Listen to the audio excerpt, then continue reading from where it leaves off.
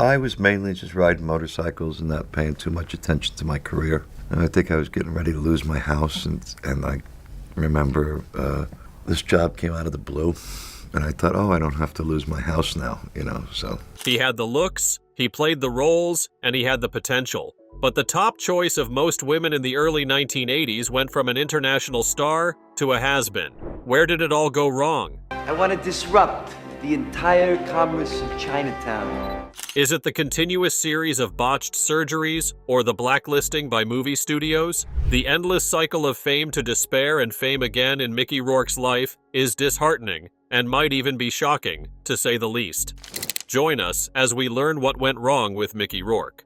Acting legend Mickey Rourke defies cancellation in a stunning and sometimes scandalous career spanning 40 years, including a lost decade in the Hollywood wilderness. Early beginnings. Once thought of as another James Dean or Robert De Niro, Rourke did not always have it easy, and neither did he set out to be a movie star. Born Philip Andre Rourke Jr. on September 16, 1952, in Schenectady, New York, Rourke had a tough and rough childhood. As a young child, Rourke witnessed the divorce and separation of his parents, Philip Andre Rourke and Annette, before his father moved away and left his family. After the divorce, Annette remarried a Miami police officer named Eugene Addis, who had 5 sons, causing Rourke, his 2 younger siblings, and his mother to move to South Florida. With his new family, Rourke faced a brutal and harsh childhood at the hands of his stepfather, who was physically abusive to Rourke and his mother. In his words, his stepfather would hit him just for the fun of it, and just because he could. His stepfather could walk in and beat him up, or even crack his skull if he felt like it. Growing up in such an environment made Rourke a fighter in the literal sense. According to him, he used to visit a community center in the area that was set up for kids who wanted to stay away from trouble, and that was where he met his first punching bag. While he was hurt by the abuse he and his family faced at the hands of his father, Rourke acted out his rage by fighting anyone and everyone he could. But with the violence inadvertently steering Rourke into a boxing career in his later years, it also set him on a violent path of drugs and alcohol. So it was an anger issue. The tabloids all say, oh, he had a drug problem or a drinking problem. That's the easy way to label it, As a preteen, Rourke channeled his rage into sports by taking self-defense classes. He focused on boxing and began to build an amateur career. At the age of 12, Rourke won his first boxing match as a flyweight. He only weighed 51 kilograms at the time, but none of that mattered to him. Later on, Rourke continued with his amateur boxing career, gradually making waves and gaining popularity. 5 years after his first win, Rourke sparred with Luis Rodriguez, a former world welterweight champion and the top-rated middleweight champion at the time. His fight with Rodriguez gave Rourke a concussion, something that would start his lifetime of injuries in the ring. 2 years later, Rourke suffered another concussion in a boxing match, and this prompted his doctors to advise him to take some rest and time off. In 1973, 2 years after his second concussion, Rourke finally retired temporarily from boxing, bringing his boxing career of 9 years to a close with 27 wins. But as Rourke closed a chapter on boxing in his life, he opened up a new one in acting. Entry into Hollywood. His role as a mysterious erotic male character in 9.5 Weeks, the 1986 movie, may have solidified Rourke's status as a sex symbol and a movie star. But it wasn't his first movie, or his first famous role. 2 years before his temporary retirement from boxing, Rourke had a small acting role. In his senior year at the Miami Beach Senior High School, Rourke was cast in The Serpent, a school play that was directed by J.W. Jensen. At the time, however, he still had his sights on boxing as a career, and so he never really pursued it. But despite his interests being elsewhere, Rourke loved what he did at the play. In an interview, he stated that although he did not know what he was doing, he enjoyed himself at the time. Fortunately, Rourke got his chance at acting again after he retired from boxing. A friend at the University of Miami told Rourke about a play he was directing and invited Rourke to replace a star who had quit. Just like that, Rourke gained entry into the acting world and even borrowed money from his sister to move to New York to pursue his acting career. While in New York, Rourke studied under 2 acting coaches, Walter Lott and Sandra Seacat, and worked several odd jobs to stay afloat. For his first audition, Rourke was picked for a role, with professionals applauding his audition as the best they had seen in 30 years. After making several appearances in several television feature films in the 1970s, Rourke finally made his debut in a feature film in Steven Spielberg's 1979 movie, 1941. In 1980, Rourke played another role in a movie called Fade to Black, but it was his role in the 1981 movie, Body Heat, that made Rourke worthy of accolades and attention. His popularity grew after he played the role of a compulsive gambler in Barry Levinson's 1982 movie, Diner, alongside other stars like Daniel Stern, Kevin Bacon, and Tim Daly. For his role in this movie, Rourke was named the Best Supporting Actor of the Year by the National Society of Film Critics, a title that set him on the right path to being a globally acclaimed movie star. But unfortunately, fate had other things in store for young Rourke. By saying the wrong words and having the wrong attitude, Rourke would end up making a huge mistake that took him years to recover from. A budding career cut off. You would expect anyone who gets a positive review for his role in a movie to continue or even do better in his next role, but that was not the case with Rourke. After his recognition as a good actor, he got more acting roles in big-budget movies like The Pope of Greenwich Village, Barfly, Rumble Fish, and 9½ Weeks. His performances in these movies were not only a huge success, but they placed him alongside acclaimed movie stars like Eric Roberts, Faye Dunaway, and Kim Basinger. In 1987, Rourke starred in a movie called Angel Heart alongside Robert De Niro and Lisa Bonet. As a young man, Rourke had been a huge fan of De Niro, but while working together on the movie, Rourke was disappointed by the expectations of De Niro on set. According to reports, De Niro strictly wanted his interactions with Rourke to be limited to the movie scenes, causing Rourke to feel disrespected and insulted. Sadly, though, what may have started as a simple feud between the co-stars several years ago has grown into a horrible relationship, with Rourke claiming that De Niro had a hand in him not being cast in the 2019 movie, The Irishman. But while Rourke's acting career may or may not have been sabotaged by anyone, his issues started long before the 2000s. After a string of successful movies and box office failures in the 1980s, Rourke's career hit a wall in the early 1990s. In 1991, Rourke decided to go back to boxing after his last role in Harley Davidson and The Marlboro Man, and White Sands alongside Samuel L. Jackson. Although the decision to return to boxing was strictly his own, it is assumed that Rourke's career hit a hiatus because of what his colleagues had to say about him. Lots of people agreed that Rourke was a good actor, but former directors, producers, and even co-stars also agreed he was difficult to work with. According to Adrian Lyne, the director of 9½ Weeks, Rourke did not make working with him easy. He would constantly stay out late and would not get any sleep. Kim Basinger, his co-star in the movie, also had things to say about him. During an interview years later, she said Rourke had bad hygiene on set, would ruin the look created for his character by the makeup department, and that kissing him in scenes felt like kissing an ashtray. Unfortunately, the cast and crew of this movie were not the only witnesses to Rourke's bad behavior. Director Alan Parker of Angel Heart also complained of Rourke's character on set of the movie, saying that working with Rourke was a nightmare. He further stated that Rourke was dangerous and unpredictable on set, with no one really knowing what he was going to do next. The final nail on the coffin of Rourke's career came in the form of an interview he granted in 1992. In the interview, Rourke stated his disdain for the movie industry and how it takes away from a person. He also said that as an actor, the industry owns you, and that over time, it gradually takes away your spirit. It is safe to assume that the industry did not take too well to his interview and comments because his roles reduced after that, and his movies did poorly at the box office. While Rourke may have just been honest and vulnerable during the interview, his career never fully recovered after that. A flourishing boxing career. In his troubled days as a young boy and as a teenager, boxing was Rourke's outlet to channel his energy and rage.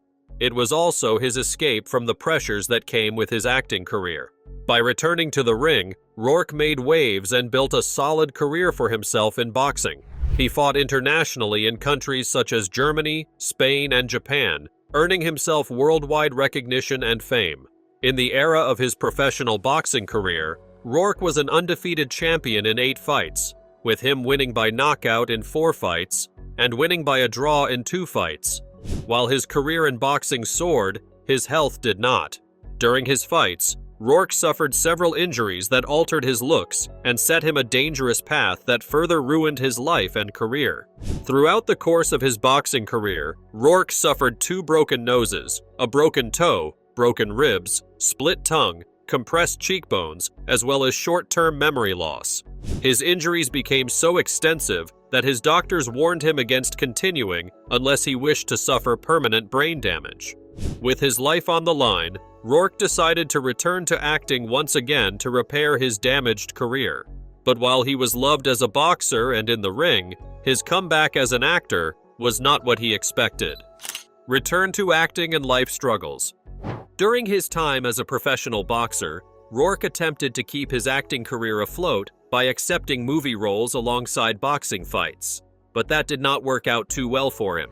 Following his retirement, Rourke got a few roles as a supporting character, but these were a far cry from his before days. Due to the injuries he sustained while boxing, Rourke underwent serious reconstructive surgeries to fix them, but instead of correcting the issues, it made him look different from who he was, and not in a good way. His new look, along with his former comments about the industry, caused a setback in his career, forcing him to take laughable roles to survive. The once famous actor, known for his roguish charm, handsome face, and budding acting career, had been reduced to a mockery. He made headlines in public, not for any of his movies, but for his surgeries gone wrong. Although he initially denied the allegations surrounding his surgery, it was clear he had gone under the knife. After a failed attempt to protect his honor, Rourke finally came clean about the plastic and reconstructive surgeries he had undergone and his reasons for doing so. Unfortunately for him, he had chosen the wrong surgeon to put his face back together. While other stars go under the knife to improve their looks and appear younger, Rourke's case was different. The procedures were meant to repair damage done to his face through boxing, but instead, the results were disappointing. After surgeries, he needed to undergo more surgeries to fix the botched surgery. It was an endless cycle of medical sessions, procedures, and cuts. His face was ruined, but so was his career. With his new look, the roles he got changed from the former roles that put him in the spotlight to one that leaned more on character instead of looks. But that was not the only thing Rourke lost. In 1994, Rourke was arrested and faced charges of spousal abuse against his wife and Wild Orchid co-star, Kare Otis. The couple had met on the set of the movie in 1989 and had married in 1992. After his arrest, the couple reconciled shortly after, and the charges against Rourke were dropped. However, 4 years later, the couple separated and divorced, ending his marriage for the second time. His first marriage in 1988 to Deborah Fowler, his Homeboy co-star, was short-lived, ending in 1989 following his role in 9.5 Weeks. After the end of his second marriage, Rourke fell into depression and rage. His life was crumbling right before his eyes, and there was nothing he could do to stop it. After years of bottled-up rage, anger, and self-destructive behavior, Rourke finally picked himself up, went to see a priest and a therapist, and turned his life around. Return to the limelight. In the early 2000s, Rourke's fate finally changed for the better. He was cast alongside Jennifer Love Hewitt in a music video by Enrique Iglesias. His role as the villain in the music video was small, but it played a part in ushering him back into the limelight. In 2002, Rourke took on a role in a movie by Jonas Åkerlund called Spun. He co-starred once again with Eric Roberts in this movie. He worked with directors Robert Rodriguez in the 2003 movie Once Upon a Time in Mexico and Tony Scott in the 2004 movie Man on Fire. Although these roles were small, both of these directors would recast Rourke in lead roles in their next movies. Rourke's return to limelight came back in full circle by working with Robert Rodriguez once again in a lead role in a 2005 movie, Sin City. For his role as Marv in the film, he won awards from Chicago Films Critics Association, the Online Film Critics Society, as well as a feature in Total Film magazine as Man of the Year. Following his successful role in Sin City, Rourke played a supporting character alongside Keira Knightley in 2005 action film Domino. He further starred in the 2006 movie Stormbreaker and in the 2008 action movie Killshot. Rourke's major comeback status solidified with his lead role in 2008 movie The Wrestler. After its release, the movie gained worldwide critical acclaim, making over $40 million against a $6 million budget. It went further to win a Golden Lion Award for the Best Film of the Year at the Venice Film Festival. For his role in the movie, Rourke won a Golden Globes Award, a BAFTA, and an Oscar nomination. The best part was that the movie revitalized Rourke's career, taking him from a has-been to an international movie star once more. For someone who was initially hesitant about the role, Rourke finally gave in after the director Darren Aronofsky allowed him make changes to his part in the movie. Additionally, Rourke claimed that Darren gave him the role even though he was told not to work with Rourke. For having the balls to work with him when everyone else didn't want to, Rourke was impressed. At the time The Wrestler was filmed, Rourke was already 56 years old. He had to train and prepare for his role as a washed-up wrestler. To look the part, Rourke subjected himself to steroids and an excessive diet plan that added 70 pounds to his weight. Although he initially denied it when fans and the general public accused him of taking steroids, Rourke finally confessed to using steroids for his preparation of the role. In his confession via an Instagram post, Rourke admitted that it took years for him to drop the weight he added after the role, and it was only possible because he constantly worked out in the gym. But steroids and weight gain were only part of the preparation steps Rourke took for this role. He got into character by training with a real-life wrestler. He trained under veteran wrestler Afa the Wild Samoan for his role, learning how to wrestle and land the right way in the ring. After his claims that he initially thought the movie was a pre-arranged and pre-choreographed role, Rourke admitted to finally feeling respect for all wrestlers. Restored fame and beyond. As expected, Rourke's newly restored success opened up doors for him and brought him more successful movie roles. When asked how his career came back, he stated that it was partly due to new generation directors and producers giving him a second chance and not caring about what people had said about him before.